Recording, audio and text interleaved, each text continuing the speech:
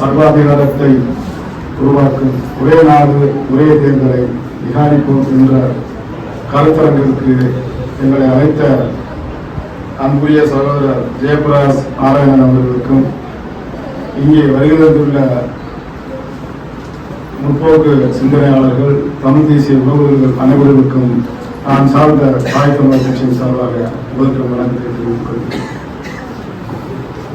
சுதந்திர ஆங்கிலேயரிடம் அடிமைப்பட்டு கிடந்த இந்தியாவை அத்தனை தேசிய இனங்களும் தன் உயிரை கொடுத்து சுதந்திரம் பெற்ற இந்த நாடு சுதந்திரம் அடைந்த உடனேயே அதை இறுக்கமாக பற்றி கொண்டது பார்ப்பனியம். என்று பார்ப்பனியம் இந்தியாவின் தலைமையிடமாக அமர்ந்ததோ அன்றிலிருந்து தேசிய ஒடுக்குமுறைகளுக்கு உள்ளாக்கப்பட்டுக் கொண்டு வருகிறது. சுதந்திர இந்தியா பெற்ற சில நாட்களிலேயே தேசிய இனம் மக்கள் தனக்கான உரிமைகளுக்காக போராட தொடங்கிவிட்டார்கள்.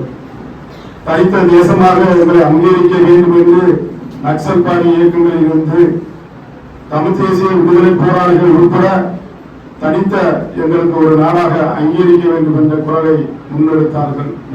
என்று அப்படிப்பட்ட ஒரு கோரிக்கையை அனைத்து தேசிய இனங்களும் முன்னெடுத்தார்களோ அப்பவே மிகப்பெரிய ஒரு திட்டத்தை இந்த பிராமணிய பாசிச கும்பல் ஒரு திட்டத்தை உருவாக்கினார்கள். இந்த ஒரே நாடாக இதை அங்கீகரிக்க வேண்டும், ஒரே மொழியாக இதை அங்கீகரிக்க வேண்டும், தேசிய இனங்களை அவருடைய விடுதலையை முன்னிறுத்தக்கூடாது, அதை எப்படி ஒடுக்க வேண்டும் என்பதுதான் சிந்தித்தார்கள். பாசிசம் என்பது பாஜக மட்டுமல்ல, காங்கிரஸ் அதைவிட மிகப்பெரிய நச்சுப்பாம்பு. முதலாக இந்த நஞ்சை விதைத்ததே காங்கிரஸ் பேரிக்கந்தம் தான். அதற்கு பிறகுதான் இந்த பாசிச கும்பல் எல்லாம் வந்தார்கள். தேசிய இனம் தனக்கான விடுதலை பெற வேண்டும், விடுதலை பெற்று தன்னுடைய அதிகாரங்களை அது அடைந்தால் மட்டுமே தான் இந்த நாடு முன்னேற வேண்டும் என்பதுதான் எங்களுடைய கோரிக்கையாக வைக்கிறோம். இதை இன்று நேற்றுமல்ல, ஒடுக்குமுறை எப்போது தொடங்கிவிட்டார்கள் அவர்கள். நக்சல்பாரி இயக்கங்கள் போர் தொடுத்தார்கள், பாசிசுக்கு எதிராக அதிகாரத்துக்கு எதிராக போர் தொடுத்தார்கள். ஆனால் அவர்களை கொண்டு ஒழித்தார்கள். அவர்கள் தனித்தமிழர் கோரிக்கையை முன்வைத்தார்கள், அவர்களையும் கொண்டு ஒழித்தார்கள். ஆக யாரெல்லாம் தனித்தமிழ்நாடோ தனி தேசங்களோ தனிய இனங்களோ என்று அங்கீகரித்து பேசினார்களோ அவர்களை பூரா கொண்டு வைத்ததுதான் இந்த பாசிச கொட்டங்கள்.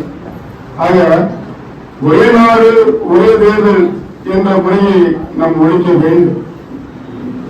ஏற்கனவே இந்த நாட்டினுடைய 90% மைய அரசினுடைய கட்டுப்பாட்டில் தான் இதுவரை வைத்திருக்கிறார்கள். நமது சட்டமன்றத்தில் ஏற்றப்படும் தீர்மானங்களை அவர்கள் தீர்மானங்கள் ஏற்றப்பட்டாலும் அதை ஆளுநருடைய கையொப்பமிட்டால் தான் அதை முறைப்படி அங்கீகரிப்பார்கள். ஆக 236 எம்எல்ஏக்கள் போடப்படும் தீர்மானத்தை கூட அந்த மைய அரசு உடைய அடிப்படையாகக்கூடிய ஆளுநர் புறக்கணிக்கிறார். ஆக எந்த சட்டங்களும் நம்ம சுயதாக ஏற்றப்பட முடியாது. ஏற்கனவே இந்த நாட்டை கார்பரேட் கம்பெனிகளிடம் அதை வைத்து விட்டார்கள். இது மாதிரி ஒரு கோட்பாடுகளை முன்னிறுத்தினால் ஒட்டுமொத்தமாக இந்த தேசம் ஒரு கார்பரேட் நிறுவனங்கள் தான் ஆட்சி அதிகாரத்தில் வைத்திருப்பார்கள். ஏற்கனவே இந்தியாவை 4 பேர் தான் அதிகாரம் செலுத்துகிறார்கள். ஒருத்தர் அம்பானி, அதானி, அமித்ஷா, மோடி. இவர்கள் 4 பேர் தான் இந்தியாவையே ஆட்சி அதிகார கட்டுப்பாட்டுக்குள் வைத்திருக்கிறார்கள். ஆக ஒவ்வொரு தேசிய இனமும் விடுதலை பெற வேண்டும், தனக்கான அதிகாரங்கள் பெற வேண்டும், தனித்த ஒரு தேசங்களாக அங்கீகரிக்க வேண்டும். தேசிய இனங்கள் விடுதலை பெற்றால்தான் இது போன்ற சிக்கலில் இருந்து நம்ம தப்ப முடியும். அதற்காகத்தான் நம்முடைய முன்னோர்கள் தமிழரசன் போன்றவர்களாம் தனித்தமிழ்நாடை கோரிக்கையை முன்வைத்தார்கள். அவர்கள் எல்லாம் பெரிய தீர்க்கதரிசிகள். இதுபோன்ற சிக்கல்களை அவர்கள் அங்கே அறிந்து விட்டார்கள். ஒரு காலத்தில் இது அடிமை சமூகமாக ஆய்விடும். இதை உடனடியாக இந்த ஆதிக்க சமூகத்திலிருந்து ஆதிக்க அதிகாரத்திலிருந்து பார்ப்பனிய கும்பலை துண்டமை விடுபட வேண்டும் என்றால் தனித்த தமிழ்நாடு நம்ம அங்கீகரிக்க வேண்டும் என்று அவரை குரலை முன்வைத்தார்கள். அதுபோலதான் ஒவ்வொரு நாட்டில் உள்ள ஒவ்வொரு தேசிய இடங்களும் அதை முன்னிறுத்தினார்கள். வெள்ளக்காரன் ஒவ்வொரு அருணாச்சல பிரதேசம், மணிப்பூர் போன்ற பின்தங்கிய மக்களுக்காக கொடுக்கப்பட்ட அந்த சலுகைகளை கூட இப்போது பறிக்க தொடங்கி விட்டார்கள். இப்ப மணிப்பூர்ல நீங்க பார்த்திருப்பீங்க, அதெல்லாம் அவர்களுக்கு கொடுக்கப்பட்ட சலுகைகள் தான். அதெல்லாம் அவர்கள் பிரிவினார்கள். ஆக எந்த தேசமும் அது பார்ப்பனத்துக்கு கீழே தான் இருக்க வேண்டும், அது பார்ப்பனத்துக்கு அடிமையில் தான் நடக்க வேண்டும் என்று திட்டங்களோடு தான் செயலாற்றி வருகிறார்கள். அதற்கு இங்க இருக்கிற திராவிட கட்சிகளோ மற்ற தெலுங்கு தேசமா இருந்தாலும் சரி, அது கேரளா காங்கிரஸ் இருந்தாலும் கர்நாடகா வந்தாலும் அவர்களுக்கு அது ஒத்து போறார்கள். அரசியல் வடிவமைப்புக்குள் கட்டுப்பட்டு இருக்கிறார்கள்.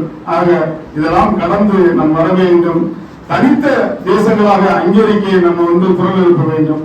நம்ம இந்தியா என்பது நம்ம நாடும் அல்ல, நம்ம இந்தியா என்பது நம்ம தேசமும் இல்லை. நம்ம நாடு தமிழ்நாடு. அதற்காக விடுதலை நோக்கி தான் நம்ம பயணிக்கணும். அதுபோல் அது பயணித்தால்தான் இதுபோன்ற சிக்கல் இருந்து நம்ம தப்ப முடியும். ஆக ஒரே நாடு ஒரே தேர்தலை நாம் புறந்தறிந்தாலும் அவை மீண்டும் மீண்டும் நம் மீது திணித்து விடுவார்கள். ஏன்னா அவர்கள் அவ்வளவு வலுவாக சக்திகளாக உள்ளார்கள். நம்ம எவ்வளவுதான் குரலை நம்ம உயர்த்தி பிடித்தாலும் அது காலை நீராக கலந்து விடுகிறது. ஆக அரசுக்கு நெருக்கடி கொடுக்க வேண்டும் என்றால் தனித்த தேசங்களாக தனி நாடாக அங்கீகரிக்க சொல்லி ஒவ்வொரு இனங்களும் அது போராட வேண்டும், தனக்கு அதிகாரங்களை பெற வேண்டும். இந்த தேசங்கள் இந்தியா என்ற கட்டமைப்பிலிருந்து விடுபட வேண்டும் என்று கூறிக்கொண்டு ஒரே நாடு ஒரே தேசம் என்ற தேர்தல் என்ற முறையை புறக்கணிப்போம், தனித்த தமிழ்நாடை அங்கீகரிப்போம், தனித்த தேசிய இனங்களாக அங்கீகரிப்போம் என்று கூறிக்கொண்டு வாய்ப்பளித்தவர்களுக்கு நன்றி தெரிவிக்கிறேன்.